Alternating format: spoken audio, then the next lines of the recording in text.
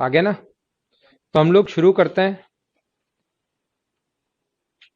कभी भी अगर अपने पास कोई प्रॉब्लम हुई, सुबह 8 बजे क्लास अगर नहीं होगी अपनी जिस दिन, तो फिर 10 बजे क्लास होगी। अपनी क्लास अगर 8 बजे नहीं होगी तो फिर 10 बजे क्लास शुरू होगी। क्या हम लोग शुरुआत करें अब? तो आइए हम लोग शुरुआत करते हैं। अगर परफेक्ट है तो फिर हम लोग शुरुआत करते हैं। हम लोग पढ़ रहे थे कल की क्लास में, अगर आपको याद है तो हम लोग पढ़ रहे थे साइड परपेंडिकुलर बाइसेक्टर।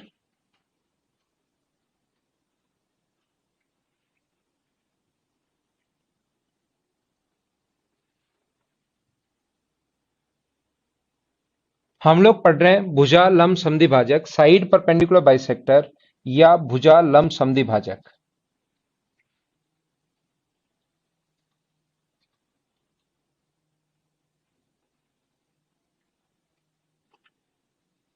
कल की क्लास में हम लोग इसको स्टार्ट कर चुके थे। उस चीज को दो पॉइंट ही मैंने आप लोगों को बताए थे, उस चीज को मैं वापस बताता हूं। उम्मीद है अब वीडियो और साउंड एकदम ठीक होगी। किसी भी साइड को टू इक्वल पार्ट्स में, एक ट्रायंगल में अपने पास दो साइड्स होंगी। किसी भी साइड को टू इक्वल पार्ट्स में डिवाइड करने वाली जो लाइन होती है उसको बोलते हैं हम लोग साइड परपेंडिकुलर बाइसेक्टर। ये जो इस यहां पर साइड को टू इक्वल पार्ट्स में डिवाइड करने वाली लाइन साइड परपेंडिकुलर बाइसेक्टर होगी। और एक ट्रायंगल के तीनों साइड परपेंडिकुलर बाइसेक्टर जिस पॉइंट पर मिलते हैं उसका जो नाम होता है उसको बोलते हैं हम लोग सर्कमसेंटर या परिकेंद्र।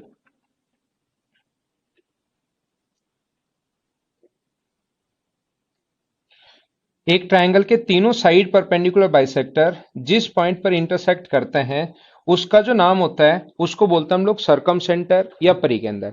कभी अगर किसी कारण से 8 बजे क्लास नहीं होगी तो वो क्लास फिर 10 बजे ही हम लोग शिफ्ट करेंगे, क्योंकि ये वाली जो लैब खाली है वो 10 बजे ही खाली रहती है, बाकी खाली है नहीं।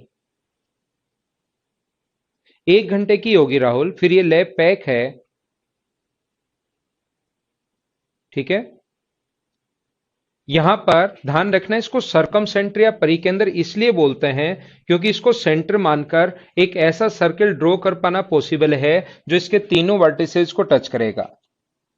इसको सेंटर मानकर एक ऐसा सर्किल ड्रॉ कर पाना पॉसिबल है जो इसके तीनों वर्टिसेस को, तीनों वर्टेक्स, तीनों शीर्षों को टच करेगा। और टच क्यों करता है? तीनों से समान दूरी क्यों होती है? ठीक है ना।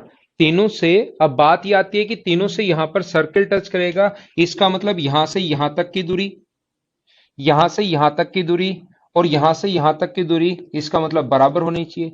ये भी कैपिटल आर होता है, ये भी कैपिटल आर होता है और ये भी कैपिटल आर होता है। तो मैं कल की क्लास में लास्ट पॉइंट यही समझाने की कोशिश कर रहा था कि तीनों वर्टेक्स से, तीनों शीर्षों से समान दूरी पर क्यों होता है। तो यहां पर कभी भी अगर हम लोग इस चीज को देखते हैं कि तीनों शीर्षों से समान दूरी पर क्यों होता है, याद रखना अपने पास किसी भी लाइन का साइड परपेंडिकुलर बाइसेक्टर अगर उसको बाइसेक्ट भी करे और मिड पॉइंट पर अगर परपेंडिकुलर हो तो वो हमेशा और हमेशा दोनों एंड पॉइंट से इक्वल डिस्टेंस पर होता है। यहां से ये दोनों अगर बराबर हैं, याद रखना, तो यहां से यहां तक की दूरी कोई भी पॉइंट है और यहां से यहां तक की दूरी ऑलवेज इक्वल होगी, हमेशा बराबर होती है। क्यों बराबर होती है? क्योंकि ये वाली जो साइड है बीच वाली कॉमन होने के कारण दोनों ट्रायंगल में एक अपने पास 90 डिग्री के कोण होने के कारण बराबर, और ये मिड पॉइंट हमारे पास गिवन है। तो एस ए एस से दोनों के दोनों ट्रायंगल कॉन्ग्रेंट हो जाएंगे और कॉन्ग्रेंट होने के बाद सब कुछ बराबर, सब कुछ बराबर और सब कुछ बराबर। मैं आपको क्या बताना या क्या सिखाना चाह रहा हूं, सारे लोग इस चीज को ध्यान से समझ लो। मैं ये बताने की कोशिश कर रहा हूं आप लोगों को कि जब भी मिड पॉइंट पर अगर कभी परपेंडिकुलर डाला जाए तो हमेशा और हमेशा दोनों एंड पॉइंट से इक्वल डिस्टेंस पर होता है। ये चीज विशेष तौर पर आप लोग ध्यान रखना। तो यहां पर मुझे बताइए, अगर नए पेज पर मैं सिखाने की कोशिश करूं आपको, तो मुझे ये बताओ सारे लोग मिलकर कि कभी भी अगर अपने पास ऐसा हो, ये एक ट्रायंगल अपने पास है, देखना यहां से समझते चलो। ये एक ट्रायंगल है ए बी और सी। मुझे बताइए साइड परपेंडिकुलर बाइसेक्टर वो होता है जो इसके तीनों साइड पर अपने पास, यहां पर साइड को परपेंडिकुलर बाइसेक्टर का मतलब यहां से अपने पास ये लो, इस साइड का परपेंडिकुलर बाइसेक्टर ये लो। अब मैं आपको ये बता रहा हूं, मुझे आप लोग ये समझा दो छोटा सा पॉइंट इसका। मैं आपसे ये पूछना चाहता हूं, मुझे बताइए दोनों जहां पर मिलेंगे सरकम सेंटर, क्या अपने पास अभी भी वाली जो प्रॉपर्टी समझाई थी, मुझे आप लोग ये बता दीजिए क्या ये दोनों एंड पॉइंट से हमेशा इक्वल डिस्टेंस पर होगा? तो क्या यहां से यहां तक की दूरी और यहां से यहां तक की दूरी क्या दोनों इक्वल होनी है क्या? हाँ ना बताइए, क्या एकदम ठीक है क्या? इसको मैंने मान लिया कैपिटल आर, ये distance, same property.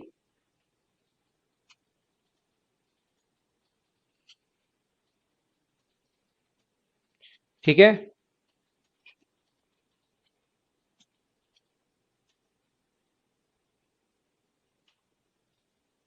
Same property जो होगी अपने पास, इधर से हम लोग इसके लिए भी लगा दें, क्योंकि ये भी साइड परपेंडिकुलर बाइसेक्टर का ही काम कर रहा है और साइड परपेंडिकुलर का बाइसेक्टर का ही काम कर रहा है, तो सेम प्रॉपर्टी अगर हम लोग इस पर भी लगा दें,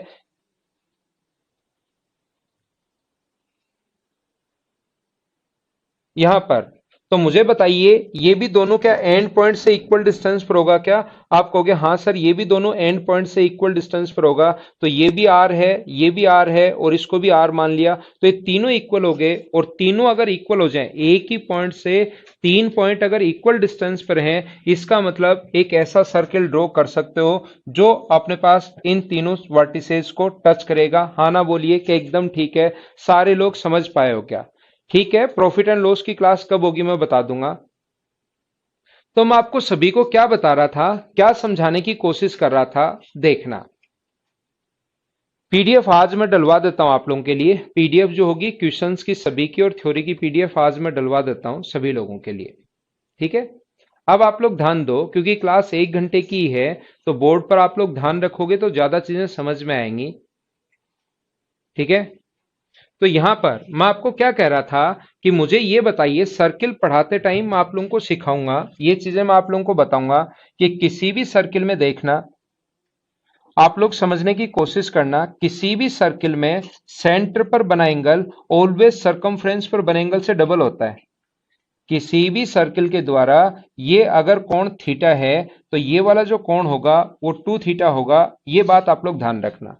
किसी भी आर्क द्वारा सेंटर पर बना जो एंगल होता है वो रिमेनिंग सरकमफ्रेंस पर बने एंगल से हमेशा डबल होता है, ये बात आप लोग ध्यान रखना, इस चीज को आप लोग याद रखना। मैं क्या बताने की कोशिश कर रहा हूं या क्या कहने की कोशिश कर रहा हूं, देखना। कोई भी सर्किल अगर अपने पास है, ये मान लो सर्किल अपने पास है, तो यहां से अपने पास इसको अगर मिला दिया जाए, इन दोनों को अगर हम लोग ज्वाइन कर दें, तो मुझे बताइए ये भी रेडियस है और ये भी रेडियस है, रेडियस हमेशा बराबर होती है, तो ये वाला एंगल अगर हम लोग, रेडियस ऑलवेज इक्वल होती हैं, तो ये वाला एंगल अगर हम लोग थीटा माने या ये वाला एंगल अगर एक्स माने और ये दोनों इक्वल है रेडियस, तो इसके सामने वाला एंगल ये भी अपने पास एक्स होगा, तो एक्सटीरियर एंगल ये कितना हुआ?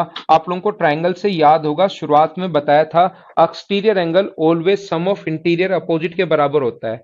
ऐसे ही मैं अगर आपको समझाना चाहूं, ये वाला एंगल अगर y है और रेडियस ये दोनों बराबर हैं, तो एक ट्राइंगल की दो साइड बराबर, तो सामने के एंगल भी बराबर होंगे, तो ये कितना हुआ अपने पास 2y। ये सर्किल में फिर से भी बताऊंगा, ये वाला एंगल हो गया अपने पास x प्लस वाई और ये वाला एंगल जो हो गया अपने पास ये हो गया 2 इंटू एक्स प्लस वाई। तो सारे लोग मिलकर मुझे ये बताइए, exterior angle always sum of interior opposite के, ये sorry, exterior angle sum of interior opposite के बराबर कैसे हुआ? और इससे ये एंगल अगर पूरा मैं थीटा मान लूं तो ये 2 थीटा कैसे हुआ? क्या समझ पाए हो क्या?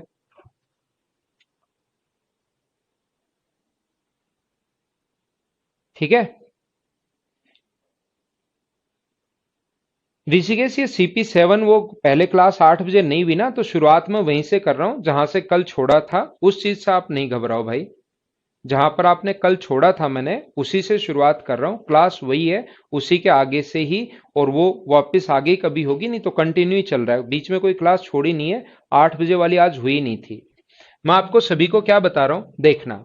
तो यहां पर किसी, ये जो ट्रायंगल है आपको पता होगा, सरकम सेंटर जो होता है वो तीनों वर्टिसेस से इक्वल डिस्टेंस पर होता है। सरकम सेंटर तीनों शीर्षों से समान दूरी पर होता है, और ये तीनों शीर्षों से अगर समान दूरी पर होता है तो इसके बाहर से हम लोग एक सर्किल ड्रॉ कर सकते हैं। इसके बाहर से हम लोग एक सर्किल ड्रॉ कर सकते हैं। तो याद रखना, ये वाला एंगल अगर ए है, ये अगर बी है, मैं आपसे पूछना चाहूं सरकम सेंटर पर बने एंगल, मैं अगर आपसे पूछता हूं कि सरकम सेंटर पर बने एंगल बताओ, तो आप लोग अब तुरंत हर चीज का मैं क्यों बताते हुए चल रहा हूं, आगे बढ़ रहा हूं, बताते हुए चल रहा हूं, आगे बढ़ रहा हूं। तो मुझे आप लोग ये बताइए, क्या अपने पास ऐसा हम लोग लिख सकते हैं क्या कि एंगल ए एस सी जो होगा वो होगा ट्वाइस ऑफ एंगल ए। कभी भी आपको एंगल ए एस सी अगर फाइंड आउट करना है, एंगल ए एस सी अगर फाइंड आउट करना है, तो वो होगा ट्वाइस ऑफ एंगल बी। और कभी अगर एंगल ए एस बी अगर फाइंड आउट करना है, ए एस बी, तो वो होगा अपने पास ट्वाइस ऑफ एंगल सी। हाँ ना बताइए, सारे लोग इस चीज को ढंग से अच्छे से बढ़िया तरीके से समझ पाए हो क्या कि सरकम सेंटर पर बना angle twice of A, twice of B और ट्वाइस ऑफ सी क्यों होता है। हाँ, एक वर्टेक्स से ही गुजरेगा, वर्टेक्स से नहीं गुजरेगा मनीष। साइड परपेंडिकुलर बाइसेक्टर जो होता है, मैं बता देता हूं मनीष, और भी हो सकता है बच्चे कंफ्यूज हो इस चीज पर। मैं ये बताना चाहता हूं, ये सिखाना चाहता हूं सभी लोगों को कि यहां पर अगर कभी भी साइड परपेंडिकुलर बाइसेक्टर जो होता है वो वर्टिसेज से पास नहीं होता। ये तो यहां से अगर इसको आगे बढ़ाओगे तो यहां से पास हुआ है, वो तो जहां पर ये साइड परपेंडिकुलर बाइसेक्टर मान लो यहां से पास हुआ है, फिर हम लोगों ने क्या किया, यहां से वर्टेक्स को जब इससे मिलाते हैं हम लोग, इस वर्टेक्स को इससे मिलाते हैं तो ये डिस्टेंस, इस वर्टेक्स को मिलाते हो तो ये वाली डिस्टेंस, और इस वर्टेक्स को मिलाते हो तो ये वाली डिस्टेंस, ये तीनों डिस्टेंस बराबर होती हैं। याद रखना, इस डिस्टेंस को आगे बढ़ाएं तो मिड पॉइंट पर परपेंडिकुलर होना जरूरी नहीं होता। याद रखना इस चीज को आप लोग, मैं बताना चाहता हूं। यहां पर ये जो अपने पास यहां पर पॉइंट होता है, ये वर्टेक्स को मिलाया है, जो साइड परपेंडिकुलर आगे बढ़ाने पर वर्टेक्स पर मिलना जरूरी नहीं होता, नहीं होता और नहीं होता।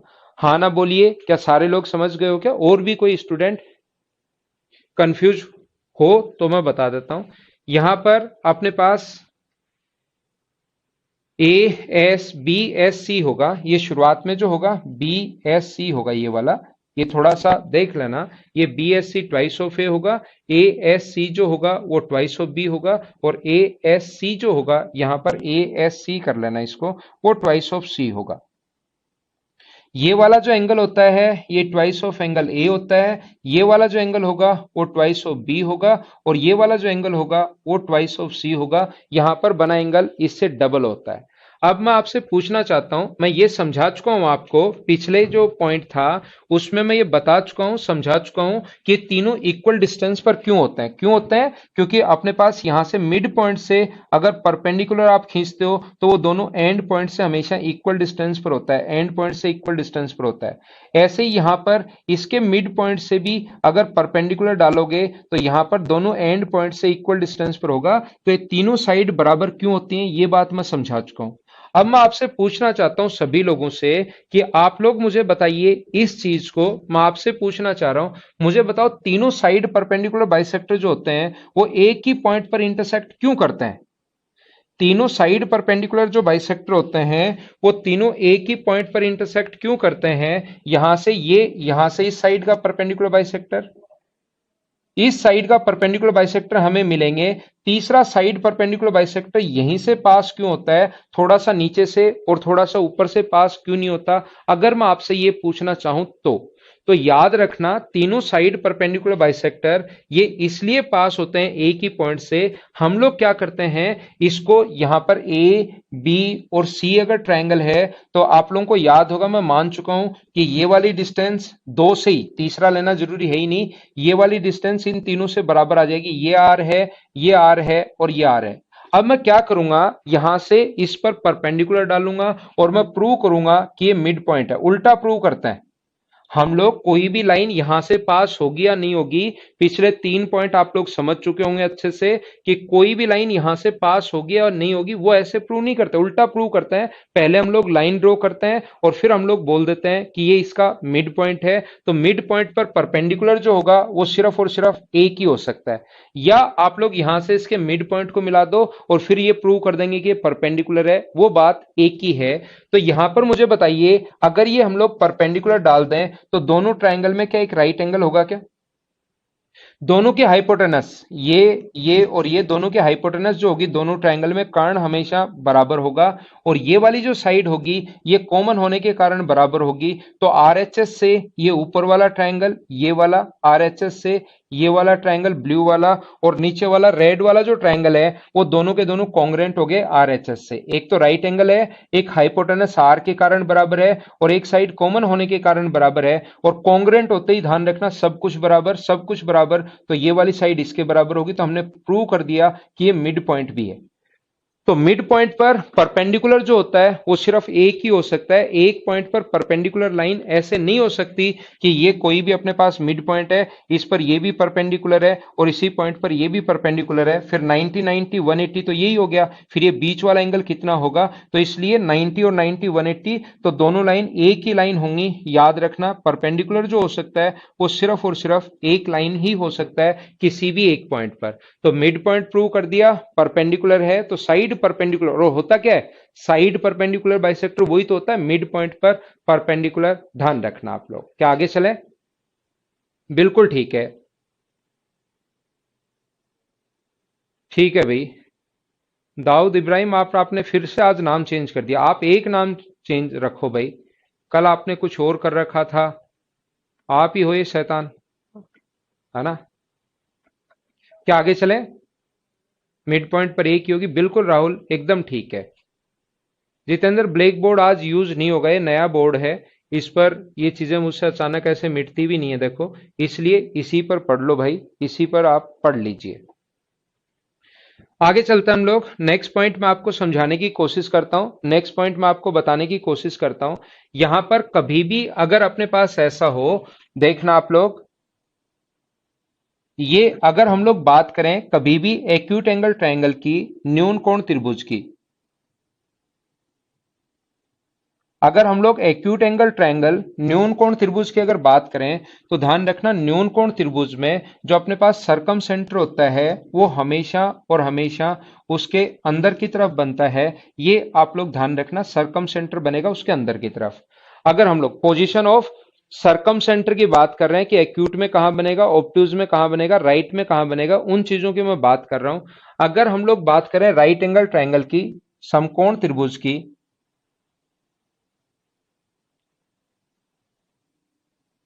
तो याद रखना समकोण त्रिभुज में अपने पास इस साइड का परपेंडिकुलर बाइसेक्टर, इस साइड का परपेंडिकुलर बाइसेक्टर और इस साइड का परपेंडिकुलर बाइसेक्टर जिस पॉइंट पर मिलते हैं वो अपने पास सरकम सेंटर होता है। तो सरकम सेंटर हमेशा होता है अपने पास हाइपोटेनस का मिड पॉइंट होता है, कर्ण के मध्य बिंदु पर होता है, ध्यान रखना। और ये बहुत ज्यादा इंपॉर्टेंट है, इस एक पॉइंट पर बहुत सारे क्वेश्चंस आज तक बने हुए हैं। तो बताना तो यही होता है, लेकिन इसके साथ फिर बच्चा पूछता है एक्यूट में कहां बनेगा, ऑब्ट्यूज में कहां बनेगा, तो वो दोनों चीजें साथ हम लोग बता तो देते हैं, लेकिन याद रखना सरकम सेंटर जो इंपॉर्टेंट है, और इसके बारे में मैं डिटेल से अभी वापस से आपको समझाऊंगा कि सरकम सेंटर हाइपोटेनस के मिड पॉइंट पर ही क्यों बनता है, वो बात मैं बताने की कोशिश करूंगा। और अगर हम लोग देखते हैं ऑब्ट्यूज एंगल ट्रायंगल भी एक बार सीख लीजिए आप लोग, ऑब्ट्यूज एंगल ट्रायंगल या अधिक कोण त्रिभुज।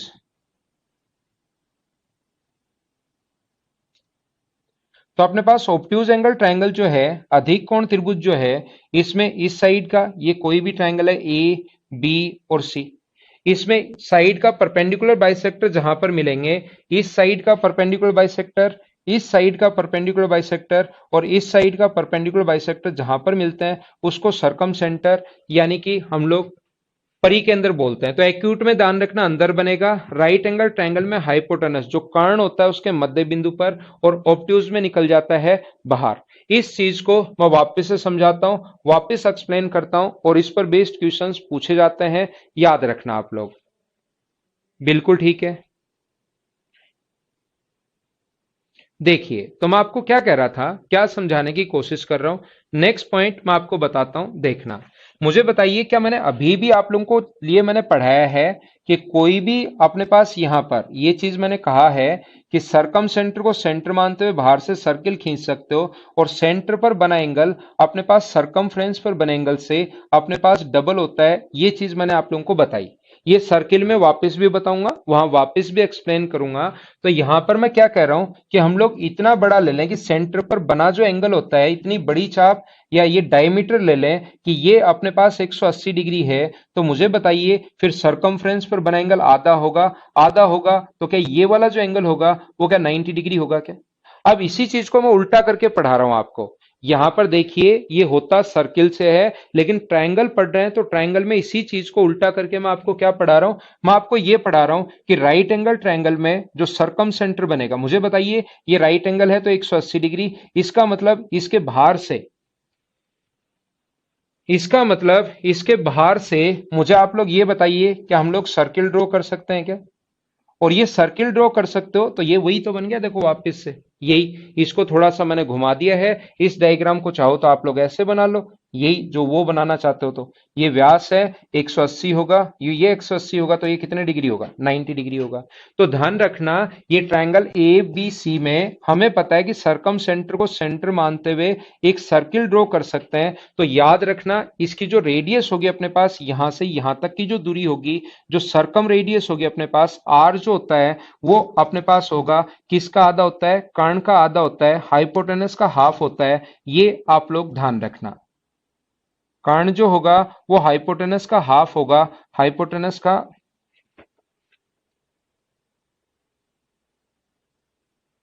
ये जो होगा ये अपने पास कर्ण का आधा होगा, हाइपोटेनस का हाफ होगा। ये चीज आप लोग याद रखना राइट एंगल ट्रायंगल के लिए। अब बात आती है कि सर एक्यूट में उनमें कैसे निकालते हैं, वो मैं सिखा दूंगा, थोड़ी देर रुको। आप लोग यहां पर ये याद रखना कि राइट एंगल ट्रायंगल में कभी भी अगर ये फाइंड आउट करना पड़े तो हाइपोटेनस की हाफ होती है। मुझे ये बता दीजिए सारे लोग मिलकर कि यहां पर अगर अपने पास कभी भी यहां पर राइट एंगल ट्रायंगल में यहां से यहां तक की दूरी, यहां से यहां तक की दूरी और यहां से यहां तक की दूरी, ये तीनों बराबर होती हैं, याद रखना। तो कभी कभार तो कहेगा कि रेडियस बता दो, कभी कभार बी से एस तक, और एस को एस नहीं लिखकर डी भी लिख सकता है कि एसी का मिड पॉइंट डी है तो बीडी की लेंथ बताओ, तो बीडी की लेंथ भी ये तीनों बराबर होती हैं, ये वाली और ये वाली। अगर मैं नए पेज पर समझाना चाहूं आपको तो मैं ये कह रहा हूं, ये समझा रहा हूं या ये बताने की कोशिश कर रहा हूं, ध्यान रखना ए बी और सी ये अपने पास एक ट्रायंगल के साइड परपेंडिकुलर बाइसेक्टर जहां पर मिलते हैं, ये यहां पर मिलेंगे, याद रखना। तो यहां से यहां तक की जो दूरी होगी वो अपने पास ये तीनों इक्वल होती हैं राइट एंगल ट्रायंगल में। और ऐसे क्वेश्चन हमसे बहुत बार पूछे गए हैं, याद रखना इसका उल्टा। अब देखो हम लोग यहां पर क्या पढ़ रहे हैं, ट्रायंगल पढ़ रहे हैं, और ट्रायंगल किसका उल्टा है, ये सर्किल में, सर्किल से उल्टा यहां पर पहले ही याद कर लेते हैं। लेकिन एग्जाम के पॉइंट ऑफ व्यू से हमें क्या क्या याद रखना है, एक तो ये याद रखना है अगर ये पॉइंट मैं डी दे दूं,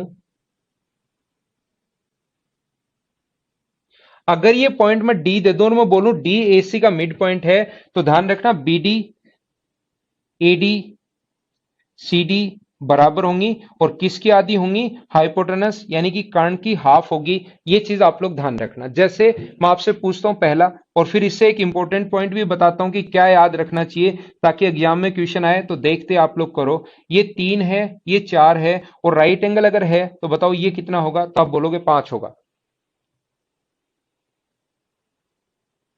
हाँ जितेंद्र, आपका क्वेश्चन मैं लेता हूं, आपको मैं समझाने की कोशिश करता हूं। जितेंद्र आप कंफ्यूज हो, मैं बताता हूं भाई, देखना। तो मैं सबसे पहले आप लोगों को यह कहना चाहता हूं कि अगर कभी भी डी यहां पर मिड पॉइंट है, तो अगर हम लोगों से बीडी की अगर लेंथ पूछ ली जाए तो याद रखना बी से डी तक ये सरकम सेंटर है, और इसको सेंटर मानते हुए एक ऐसा सर्किल ड्रॉ कर सकते हैं जो इसके तीनों साइड्स को टच करेगा। और जितेंद्र मुझे बताओ क्या रेडियस हमेशा बराबर होती है क्या? तो बीडी की लेंथ अगर पूछ ले या रेडियस पूछ ले वो बात एक ही है, तो वो होगी हाइपोटेनस जो है 5 जो है उसका आधा होता है, और ये कितना है 2.5, ये अपना आंसर है। एक चीज मैं बताता हूं, जो स्टूडेंट पहले से कंफ्यूज है उसका कंफ्यूजन दूर होगा, या जो नहीं है हो सकता है वो कंफ्यूज होना शुरू हो जाए। एक काम पक्का होगा जो मैं अगला पॉइंट पढ़ाऊंगा उस टाइम, देखना। मैं आपको क्या बता रहा हूं, साइड परपेंडिकुलर बाइसेक्टर जो है यहां पर कुछ लोग समझ लेते हैं, क्या समझ लेते हैं, खुद की तरफ से ही।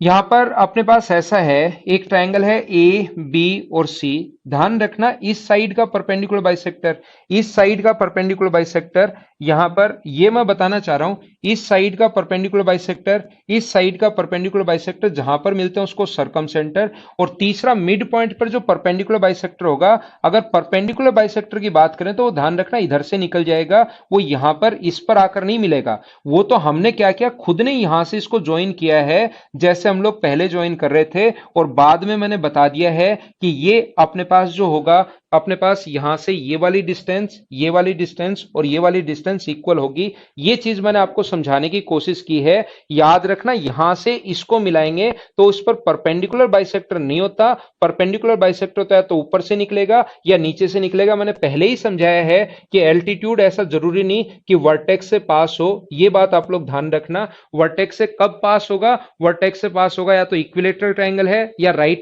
सॉरी आइसोसेलेस ट्रायंगल है, या तो समद्विबाहु त्रिभुज में या समबाहु त्रिभुज में। और जब वो पॉइंट मैं समझा पाऊंगा आपको सिमिलरिटी और कॉन्ग्रुएंसी के बाद, उस टाइम वो चीज मैं आपको बता दूंगा।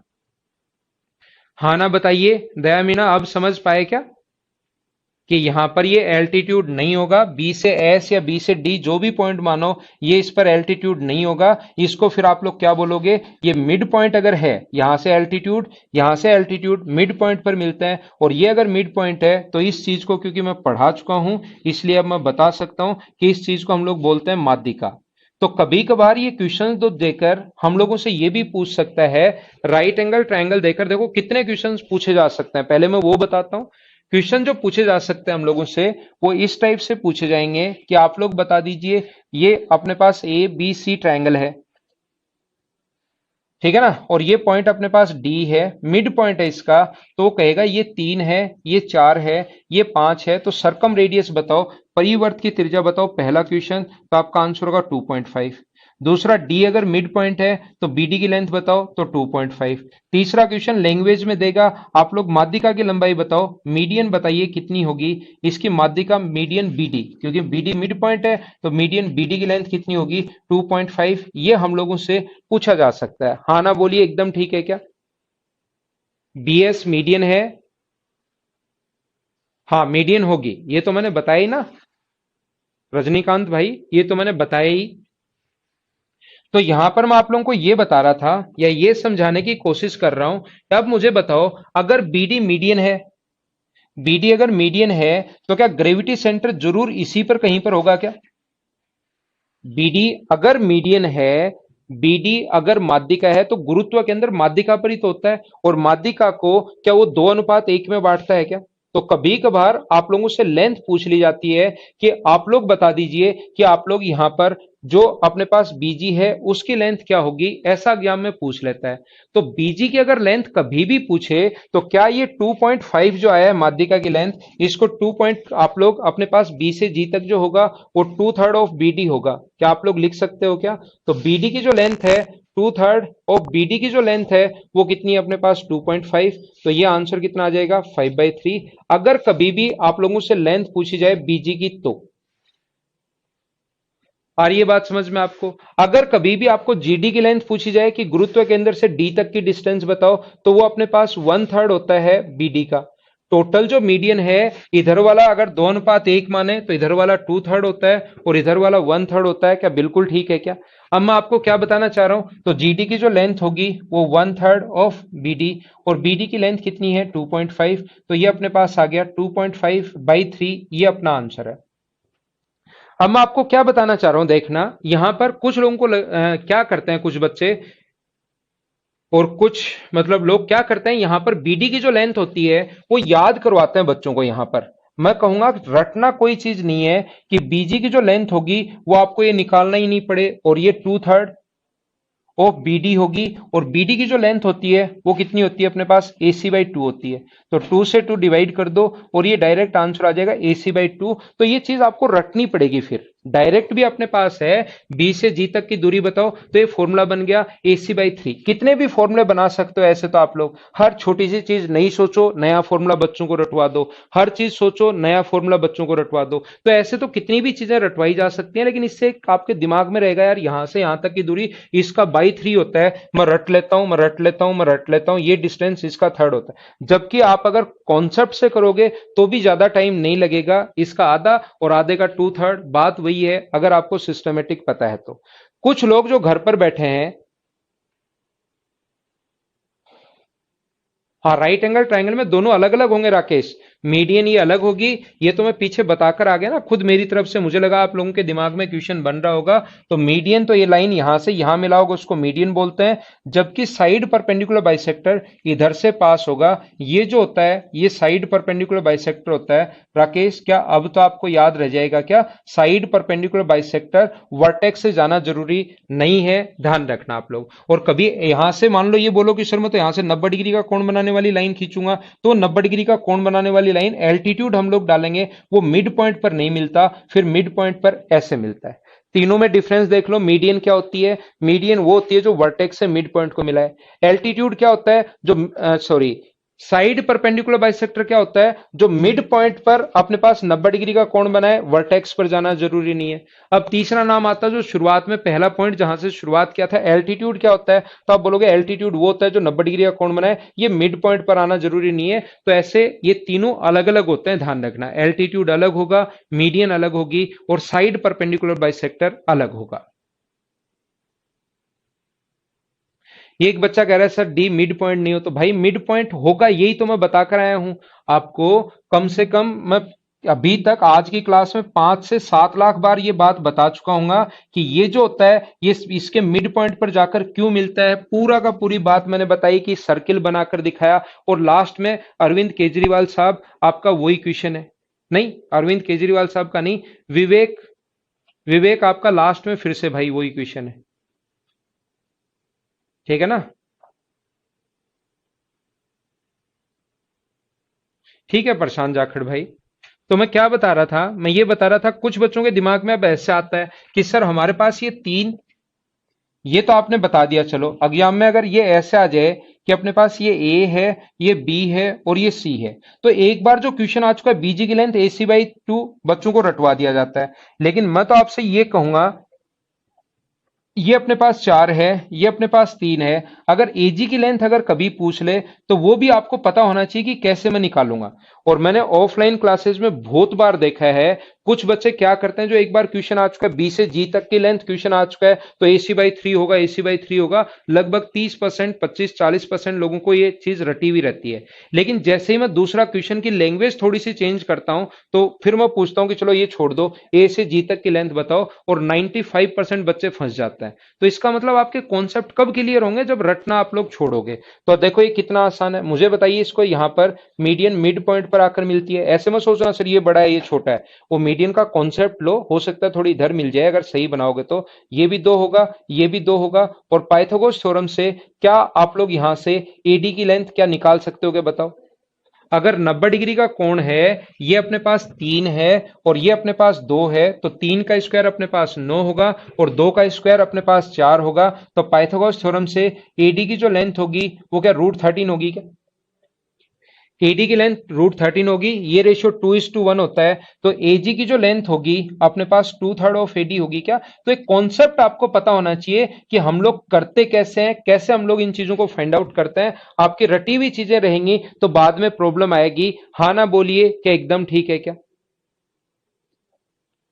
ठीक है ना। 3 का स्क्वायर 9 है, 2 का स्क्वायर 4 है, तो पहले माध्यिका की लंबाई निकाल लो, और माध्यिका की लंबाई अपने पास आ गई √13, और इसको आप लोग डिवाइड कर लो 2:3 में, एडी का मान 2√13 रख देंगे, सोल्व करते ही अपने पास आंसर आ जाएगा। बोलिए ठीक है क्या।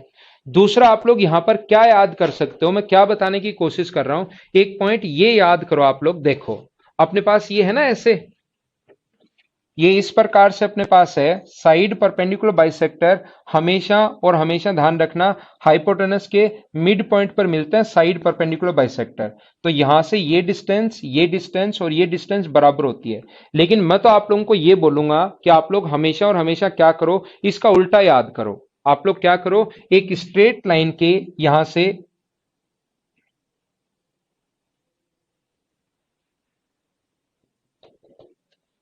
ये एक स्ट्रेट लाइन के मिड पॉइंट से, ये एक स्ट्रेट लाइन है, इसके मिड पॉइंट से इधर कोई लाइन खींची जाए जो इनके बराबर अगर है, तो इसको यहां पर मिलाने पर ये कोण हमेशा कितने डिग्री होगा, 90 डिग्री होगा। इसी चीज को मैंने घुमाकर बताया। पहले हम लोग यहाँ ट्रायंगल पढ़ रहे हैं सर्किल का उल्टा, और सर्किल यहाँ पर क्वेश्चन जो आता है उसका भी उल्टा आता है। तो जो चीज क्वेश्चन जो बार बार आता है वो तो एक बार दिमाग में होना ही चाहिए। वो क्या है मैं ये बता रहा हूं, एक स्ट्रेट लाइन के मिड पॉइंट से अगर इधर कोई लाइन खींची जाए, वो अगर इसके बराबर है तो यहां पर जो बना एंगल होगा वो ऑलवेज कितने डिग्री होगा, 90 डिग्री होगा। अगर ये तीनों बराबर हैं, ये और ये तीनों बराबर हैं, तो यहां पर बना एंगल 90 डिग्री होता है। ऊपर लाइन चाहे इधर खींचो चाहे इधर खींचो, वो परपेंडिकुलर होना जरूरी नहीं है। कोई भी लाइन खींचिए मिड पॉइंट से, अगर इधर लाइन खींची जाए जो इसके अगर बराबर अगर है, तो इसको इससे मिलाने पर ये वाला जो कोण होगा ये हमेशा कितना डिग्री होता है, 90 डिग्री। जैसे एक आया हुआ क्वेश्चन लिखता हूं जिससे आपको चीजें सही और ज्यादा समझ में आएंगी। देखो, मैं बताने की कोशिश कर रहा हूं, याद रखना कि अपने पास कभी भी अगर ऐसा हो, वो कहेगा एक ट्रायंगल ए बी सी में AD is median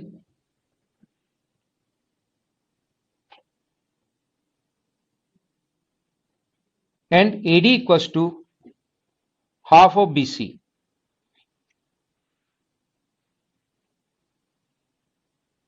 half of BC, then find angle A. यहां पर हमें ऐसे कहा एडी यदि माध्यिका है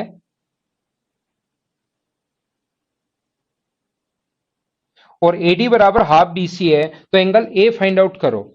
तो देखना कितना आसान क्वेश्चन है। मुझे सारे लोग मिलकर ये बताइए, अगर एडी मीडियन है, एडी माध्यिका है, तो मुझे ये बताओ आप लोग, एडी अगर मीडियन है तो मीडियन सामने वाले साइड के मिड पॉइंट पर जाकर मिलती है, तो ये भी बीसी बाई टू और ये भी बीसी बाई टू। और ये हमें क्वेश्चन में गिवन है कि एडी बराबर बीसी बाई टू, ये क्वेश्चन में गिवन है।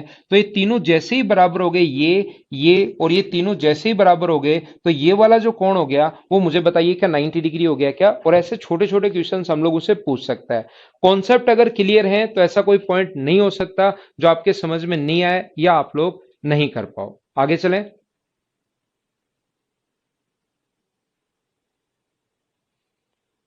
हम लोग थोड़ा सा और आगे बढ़ते हैं, मैं आगे की चीजें आपको बताने की कोशिश करता हूं। देखिए, मैं आपको क्या बता रहा था, जैसे इसी का एक क्वेश्चन ये आया हुआ है। चलो आंसर बताओ। अपने पास क्वेश्चन आया हुआ है, ABC is a isosceles triangle, एक समद्विबाहु त्रिभुज है, where AB equals to AC। ये अपने पास गिवन है। इसने कहा कि BA को D तक इस प्रकार से बढ़ाया, BA को D तक इस प्रकार से बढ़ाया कि ये भी इसके बराबर है। BA को D तक इस प्रकार से बढ़ाया कि ये भी इसके बराबर अगर है, तो यहां पर बना एंगल बताओ कि कितने डिग्री होगा। एंगल C पूछ लिया, तो मुझे बताओ ये और ये तीनों अगर बराबर हैं, तो यहां पर बना एंगल क्या 90 डिग्री होगा क्या।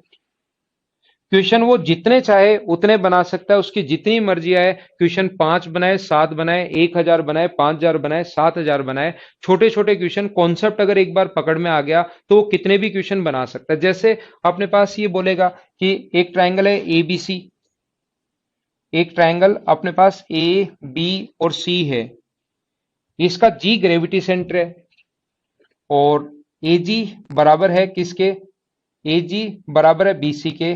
Then find angle BGC। G यहां ग्रेविटी सेंटर है, चलो सोल्व करो। G यहां पर गुरुत्व केंद्र है, आंसर होगा 90। आपने याद ही कर लिया ये तो, लेकिन इसको सोल्व कीजिए कि क्यों होगा।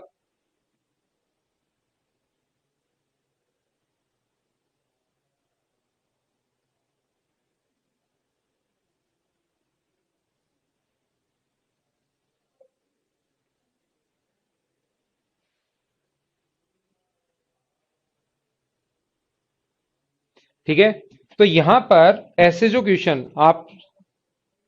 आपका समझ गया ना, एजी बराबर बीसी क्या होगा, ऊपर जो बच्चा ने पूछा है। तो यहां पर इस टाइप के क्वेश्चन मुझे उम्मीद है कि आप लोग कर लोगे। हमें पता है कि मान लो ये डी है, तो जो ग्रेविटी सेंटर होता है उसको 2:1 में बांटता है, 2:1 में। तो ये BC अगर 2 है, तो मुझे बताइए AG अगर 2 है तो BC भी 2 होगा। और ये 2 को 1 अनुपात बराबर बराबर बांटता है। इसने कहा AG बराबर BC, ऐसा क्वेश्चन में कहा गया है, तो BC भी 2 होगा, तो ये भी 1 होगा और ये भी 1 होगा। तो मुझे बताइए 1 1 1 तीनों बराबर हो गए, और तीनों बराबर हो गए तो क्या ये वाला एंगल 90 डिग्री होगा क्या। अब कुछ लोगों को लगता है कि सर 90 डिग्री क्यों होगा, ये तो आपने हमें समझा दिया, हमने रट लिया, ठीक है याद रह जाए। लेकिन वैसे अगर कोई प्रूव करना चाहे कि 90 डिग्री क्यों होगा तो मैं बता देता हूं। मुझे आप लोग बताइए, ये दोनों साइड अगर बराबर हैं, ये दोनों साइड अगर बराबर हैं तो इसके सामने का एंगल ये अगर एक्स है तो क्या इसके सामने का एंगल ये भी एक्स होगा क्या? ऐसे ही मुझे बताइए, ये दोनों साइड भी अगर बराबर हैं, ये वाली और ये वाली दोनों साइड बराबर हैं, तो इसके सामने वाला एंगल जो होगा, इसके सामने y है तो इसके सामने भी y होगा। और अगर हम लोग ऐड कर दें angle x plus angle x plus angle x plus angle y, अगर हम लोग ऐड कर दें y प्लस y बराबर क्या 180 डिग्री होना चाहिए क्या? क्योंकि त्रिभुज के तीनों कोणों का योग 180 डिग्री होता है। Angle x plus y plus angle y बराबर 180 डिग्री। 2 टाइम एक्स है और 2 टाइम वाई है, ये एक्स है ये वाई है, बराबर 180 डिग्री। तो मुझे आप लोग ये बताइए कि एक्स प्लस वाई बराबर क्या अपने पास यहां से 90 डिग्री आ गया है क्या? और यही तो हमें प्रूव करना था कि एक्स प्लस वाई कितना डिग्री है, 90 डिग्री, 90 डिग्री और 90 डिग्री। याद रखना मैं क्या पढ़ा रहा हूं, राइट एंगल को छोड़ते हैं पीछा, बहुत देर हो गई, नहीं तो राइट एंगल बुरा मान जाएगा कि बहुत देर हो गई इस आदमी को तो मेरे पीछे पड़े। तो इसको हम लोग छोड़ ही देते हैं अब, और हम लोग शुरुआत करते हैं। यहां से देखना सरकम सेंटर जो होता है, ध्यान रखना वो तीनों साइड से हमेशा इक्वल डिस्टेंस पर होता है। सरकम सेंटर बाहर से अगर सर्किल खींच सकते हैं तो कभी छोटा सा आसान सा क्वेश्चन आ सकता है कि सरकम सेंटर तीनों साइड से इक्वल डिस्टेंस पर अगर होता है, तीनों भुजाओं से समान दूरी पर अगर होता है, तो मुझे आप लोग ये बताइए कि तीनों भुजाओं से, तीनों वर्टेक्स से, सॉरी साइड से नहीं, तीनों शीर्षों से समान दूरी पर जो होगा उसका नाम होता है सरकम सेंटर, जो आप लोग समझ पाए होंगे। ये वाली डिस्टेंस और ये वाली डिस्टेंस बराबर होती है। और सरकम सेंटर बनेगा तब जब साइड परपेंडिकुलर बाइसेक्टर मिलेंगे, इस साइड का परपेंडिकुलर बाइसेक्टर, इस साइड का परपेंडिकुलर बाइसेक्टर और उस साइड का परपेंडिकुलर बाइसेक्टर जब मिलेंगे उस चीज को सरकम सेंटर बोलते हैं।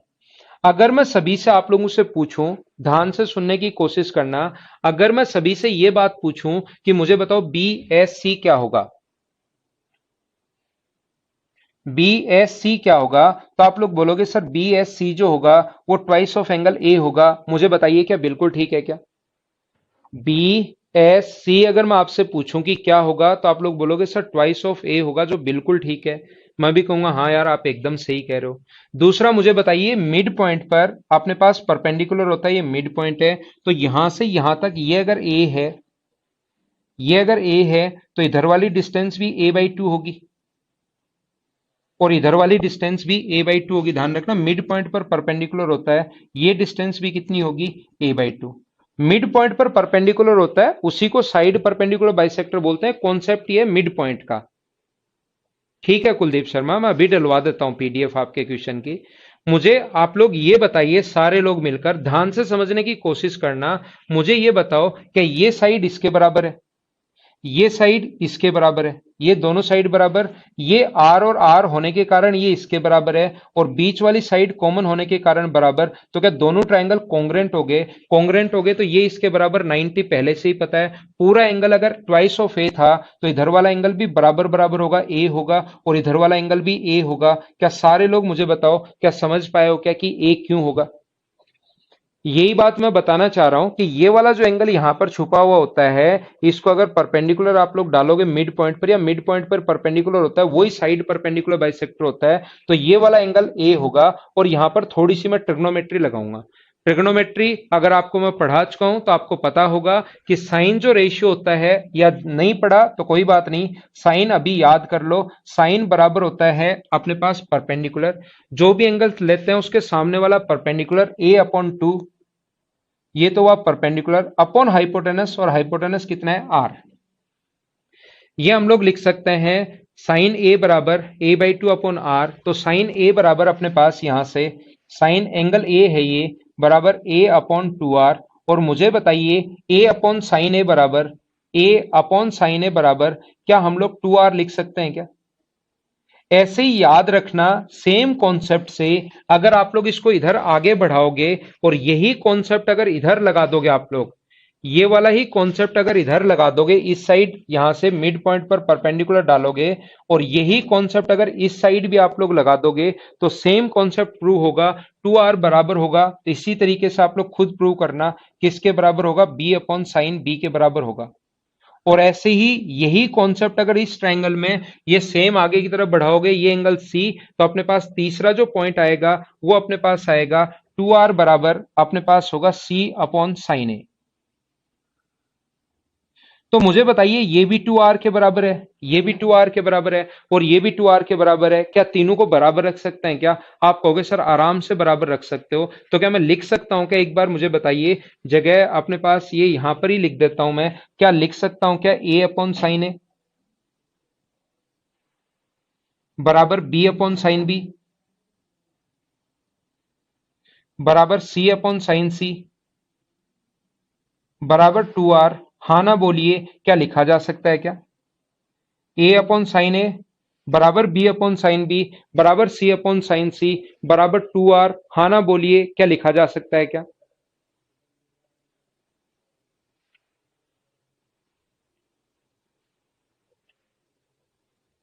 सोनाली शर्मा, उसको एक बार वापस देखना तो आपको समझ में आएगा कि मैंने कम से कम 3 बार बोला है। ये c अपॉन साइन सी होगा, ठीक है ना? यहाँ बिल्कुल ठीक होगा, c upon sine C, a upon sine A, b upon sine B, c upon sine C equals to 2r। उसको एक बार वापस जाकर देखो कि ग्रेविटी सेंटर कम से कम मैंने 2 बार बोला होगा कि g गुरुत्व के अंदर है। तो मैं आपसे क्या पूछ रहा हूं, ये साइन का रूल होता है, याद रखना, इंपॉर्टेंट है। इसके साथ ही मैं एक बात ये बताता हूं कि कभी भी अगर अपने पास ऐसा है, एक ट्रायंगल है ए बी और सी,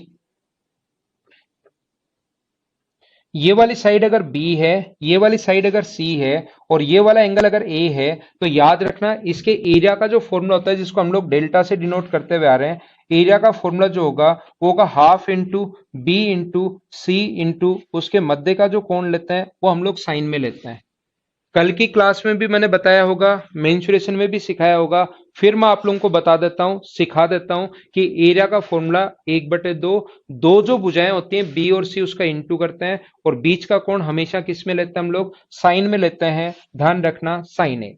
और एक दूसरा जो रूल अभी भी मैं बता कर आया हूं, मुझे आप लोग ये बताइए, जो रूल मैं सिखा कर आया हूं, A upon sine A sine rule बराबर बी अपॉन साइन बी बराबर C upon sine C equals to 2r। अगर इससे हम लोग करें बराबर 2r, अगर इस चीज को हम लोग सोल्व करें, तो मुझे बताओ फर्स्ट और थर्ड फोर्थ से साइन ए की जगह क्या आप लोग a अपॉन 2r लिख सकते हो क्या? साइन रूल अभी भी, इसीलिए तो बताया मैंने, हर चीज का कोई ना कोई कारण होता है। जब भी मैं आपको समझाता हूं तो साइन ए बराबर क्या a अपॉन 2r कर सकते हो क्या? तो ये अपने पास एरिया का फॉर्मूला बराबर हाफ बी इंटू सी, और साइन इसकी जगह ए अपॉन 2r कर सकते हो। तो आर हमें फाइंड आउट अगर करना है, तो अपने पास लिख सकते हैं कि आर बराबर ए इंटू बी इंटू सी, यहां पर बचेगा 2 गुना 2 4, और 4 इंटू एरिया। क्या सारे लोग समझ पाए हो क्या? पहले मैंने साइन रूल बताया ताकि इस चीज को आप लोग आसानी से समझ पाओ। पढ़ा दूंगा सुशील कुमार, मैं पढ़ा दूंगा। यहां पर पहले मैं आप लोगों को बता रहा हूं साइन रूल, आर बराबर ए इंटू बी इंटू सी अपॉन 4 इंटू एरिया। एक तो ट्राइंगल के एरिया को काम में लिया और एक साइन रूल को काम में लिया, दोनों कॉन्सेप्ट यहां पर लगाए, तो अपने पास ये परिवर्त की जो त्रिज्या आ गई है, अपने पास ये वाला आ गया है। एक ध्यान रखना, बार बार बार बार बार बार बहुत जगह काम में आता है। पहले मैंने समझा दिया तो अच्छी बात है, नहीं समझाया तो मैंने फिर बता देता हूं, नहीं समझाया तो भी बता देता हूं, और पहले समझा दिया है तो ठीक है। ये अपने पास कोई भी ट्रायंगल है ए बी और सी, साइन रूल के साथ ही मैं ये भी बता देता हूं एक कोसाइन रूल क्या होता है, ए बी और सी। अगर आप लोग यहां से हाइट डालोगे, इस चीज को भाई वापस वीडियो को रिपीट करके आप लोग एक बार, तो ये y है तो इधर वाला a माइनस वाई होगा। वीडियो को रिपीट करके वापस ये चीजें लिख लेना, साथ साथ तो मुझे लगता है आप लोग लिख नहीं पाते होंगे।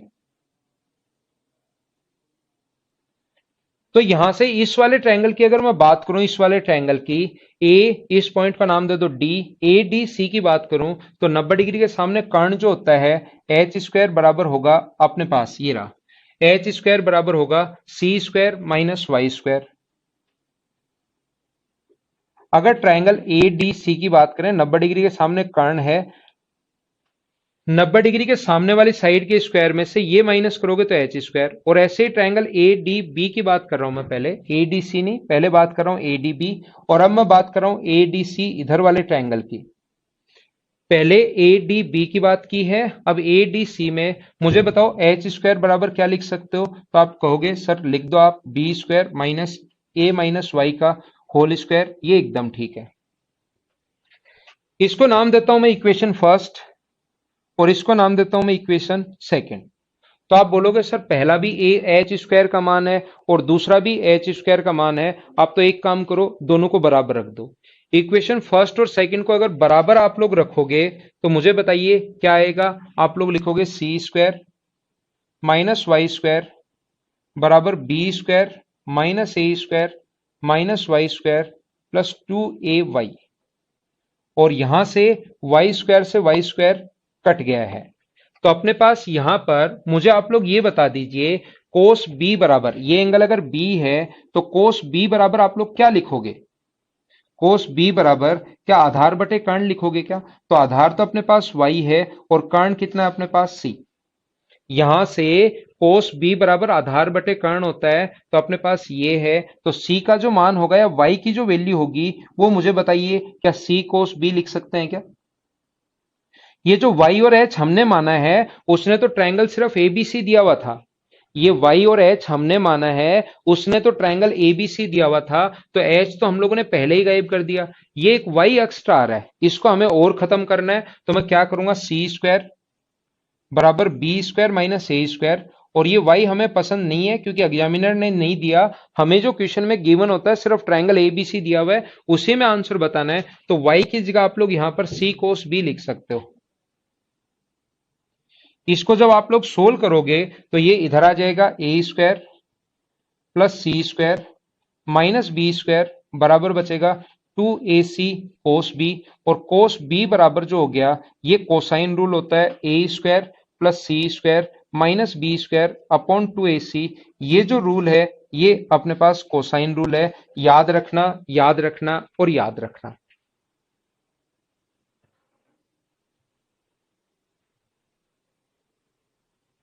दीपांशु ज्यादा प्रॉब्लम तो नहीं है ना, थोड़ा सा स्पीड में तो मैं ले लेता हूं कभी कभार क्योंकि अपनी सुबह वाली क्लास हो नहीं पाई, और इसीलिए मैं बार बार कह रहा हूं कि इसको वापस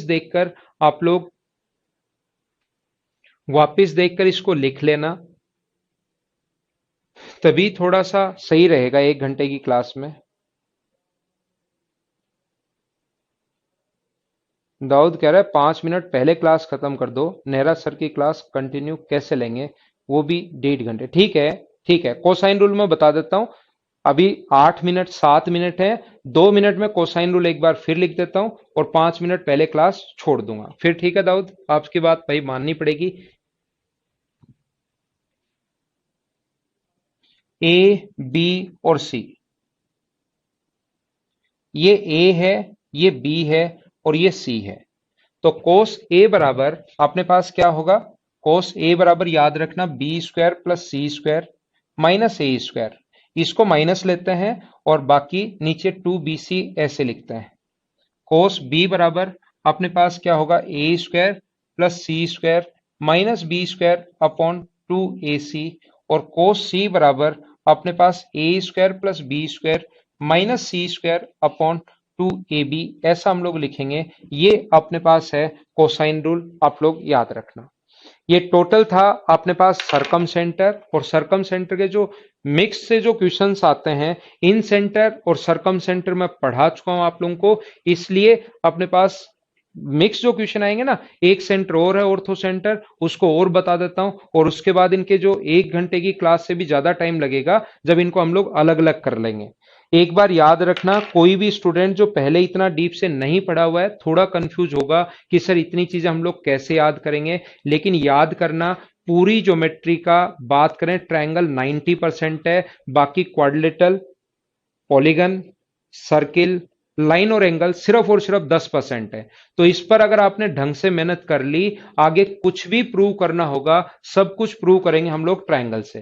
तो ट्रायंगल ठीक ठाक अगर आपको आ गया तो 90% ज्योमेट्री ये मान लो कवर हो गई, फिर तो सिर्फ और सिर्फ अपने पास 10% ही बचेगी। तो ये थी आज की हमारी क्लास। कोसाइन रूल क्या काम आता है? कोसाइन रूल में अगर ये दो साइड और ये बीच का कोण देकर सामने वाली साइड अगर कभी भी हमें फाइंड आउट करनी है तो हम लोग कोसाइन रूल काम में लेते हैं। एंगल दे दिया ए, बी दे दिया, सी दे दिया और बी सी दे दिया, और सामने वाली साइड अगर कभी फाइंड आउट करनी पड़े तो उस जगह हम लोग कोसाइन रूल काम में लेते हैं। ठीक है रवि? तो 5 मिनट में पहले छोड़ देता हूं। ये थी आज की हमारी क्लास। कैसी लगी? उम्मीद है मैं समझा पाया हूँ। थोड़ा फास्ट जरूर था, लेकिन आप लोग भी इसको एक बार वापस देखकर लिख लेना। Okay, thank you, bye bye, take care. घर के अंदर रहना और पढ़ाई आप लोग करते रहना।